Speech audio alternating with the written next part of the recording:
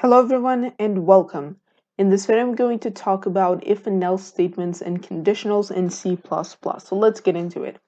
So the only thing I've done in my program so far is I've created a variable called x, which is going to be an integer, and then I've written C in x. So I want the user to input a certain value, and I want to store that value inside of the variable x. So now imagine that I want to perform a certain operation on x only if x is equal to 10. So how can I do that?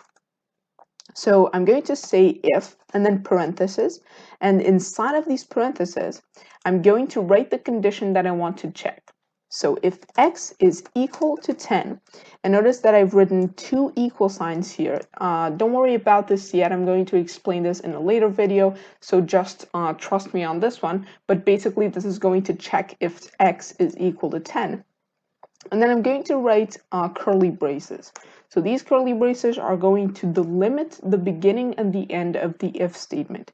So anything that's in between these curly braces is going to be considered as being inside of the if statement, and it's going to be executed only if the condition inside of parentheses is met. So only if x equals 10, I want to see out the value of x and then end line. And then I want to add 2 to x. So I want to increment x by 2. And then I want to see out the new value of x. So let's see how this works. So I'm going to run the program. It's going to ask me to input x. If I write 12, for example, and I click enter, it's just going to terminate the program. So it's going to ask me to input x, and then I input x, and then it checks if x is equal to 10. Well, x is not equal to 10, it's equal to 12, and so it's just going to ignore these commands, and it's going to skip to the end of the if statement. And there's nothing at the end of the if statement, so just the program just terminates. Now, if I run this again, and I write 10, and I click enter, then notice that we get some output here. So first of all, if x equals 10, then I want to see out the value of x. So I want to see out x, which is what the program has done here. And then I want to add 2 to x, and I want to see out the new value. So I'm going to end up with 12, right? 10 plus 2. And then I want to see out that value, which is going to be 12. So as you can see, this works only if x is equal to 10. So that's the idea of if statements. Now notice that I've changed the value of x inside of the if statement, right? I first checked if x is equal to 10. It is, so I skipped to this line. And then I changed the value of x to be 12, right? So I've incremented x by 2. So from this point on, x is no longer equal to 10, it's equal to 12. And so this condition is not met, right? But notice that the program doesn't terminate the if statement, right? It still counts x with the new value. So once you get into the if statement, so once you check the condition and you get into the commands that are inside of the if statement, the program is going to execute them in sequential order independently on the operations that you perform on x. So in the beginning, x was equal to 10, and so it's going to perform all of these operations. Although the value of x changed inside of the if statement is not going to stop until it's reached the end. So I hope that was clear. Let's move on. Okay, so now let's talk about else statements. So if x is equal to 10, then the program is going to perform these operations. Otherwise, so if x is not equal to 10, it doesn't really matter what x is equal to. As long as it's not equal to 10, I want to perform some other operation. So I'm going to say if x equals 10, perform these operations. Else, so otherwise, if x is not equal to 10, independently on the value of x, I want to see out the current value of x with the end line, and then I want to decrement x by 2 instead of adding 2 to it, and then I want to see out the new value of x. So if I run this and I write 10, then notice that the output that's produced corresponds to this if statement right here, right?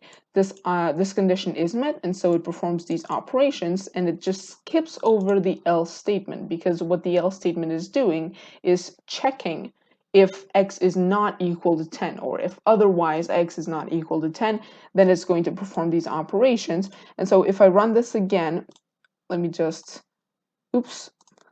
Okay, so let me run this again. And if I say, for example, 12, 12 is not equal to 10. And so the program gets to this condition. It says, okay, this condition is not met. So skip over this part. Otherwise, so if x is not equal to 10, then perform these operations. So that's what the computer does, and then it terminates. So I hope that was clear. Let's move on. So you can also write else statements, but add a condition to it. So if x equals 10, do these operations, execute these commands. Otherwise, if x is different from 2, let's say, and this is the different sign, don't worry about this. As I said before, I'm going to talk about this in later video. So if x is not equal to 10 and x is not equal to 2, then cout x plus 2, for example. So let me run this, and I'm going to say 10.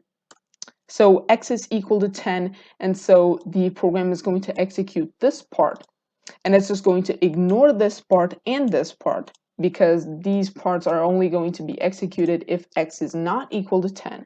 And if I run this again, and I put some other numbers, so for example, -9, and I run this code, you can see that only this statement was executed, right? It couted x plus 2. So x is not equal to 10. It's just going to ignore this part. And then x is different from 2, and so it's going to perform this operation, and it's just going to ignore this else statement, because this else statement is checking if neither of these conditions were met, right? So that's how you can that's how you can recheck conditions in else statements. So notice that when this condition is met, these conditions are going to be skipped over. So these commands are going to be performed, and then the program is going to skip over these two conditions. That's because of the else statement. So only if this condition is not met are these conditions going to be performed. And only if both of these conditions are not met, this condition is going to be performed. Now, if I just delete the else word, if I just do two separate if statements and I run this code and I input 10, then notice that both of these operations are going to be performed, right? Because I don't have the else keyword anymore. And so the computer is not going to check the otherwise part, right? So if x equals to 10, then do this, otherwise do some other stuff. It's just going to check if x is equal to 10, which it is, and then it's going to perform these operations. And then it's going to check if x is not equal to 2, which it's not, and so it's going to perform this operation. And then it's just going to skip over the else statement, because these operations, these conditions were met and they were performed, right? Okay, so the last thing I want to talk about are chained conditionals or nested conditionals. So I can actually put conditionals inside of conditionals. And by conditionals, sorry, I didn't explain what I meant by that. So conditionals are those else and if statements or else if statements. So all of those are conditionals, okay? They are checking a condition and performing a certain operation if that condition is true. So as I was saying, you can put conditionals inside of conditionals. So I can say if x equals 10, and then curly braces, and then inside of this if statement, so inside of the curly braces of this if statement, I'm going to check if x is, for example, smaller than 5. Again, I'm going to talk about these operators in a later video, so don't worry about this. And if that happens, then I want to cout x, okay? Now, otherwise, I want to cout x minus 4, for example, okay? So the way this is going to run is, it's going to check if x is equal to 10.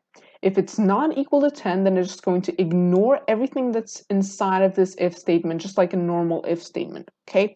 And then if x is equal to 10, this condition is going to be met, and so this is going to be performed. So if x is smaller than 5, it's going to check if x is smaller than 5. If it is, it's going to see out x. Otherwise, it's going to see out x minus 4. Now, if this if statement is executed, then this else statement is going to be ignored, as we saw previously.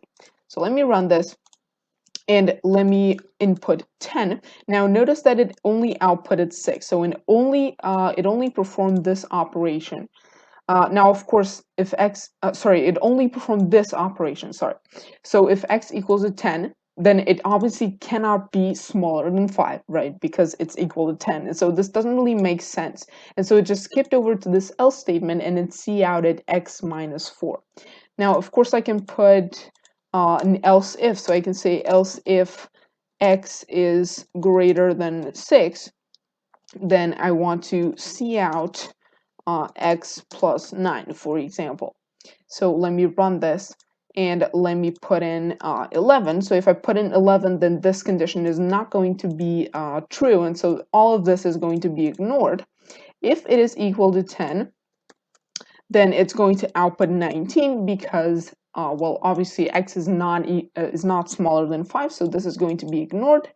Otherwise, it's going to check if x it's greater than 6, which it is, and so it's going to perform this operation, and this is going to ignore this else statement. So I think that's all that I had to show you in this video. As you can see, if and else statements, they are pretty simple, but they are definitely more advanced than some other concepts that we've been covering in previous videos of these series. So if you have any questions, if there is something that you don't understand, please don't hesitate to ask. And with that said, thank you for watching. If you liked this video, if this was valuable to you in any way, if you learned something from this, please like and subscribe to support the channel. And thank you for watching. I'll see you in the next video.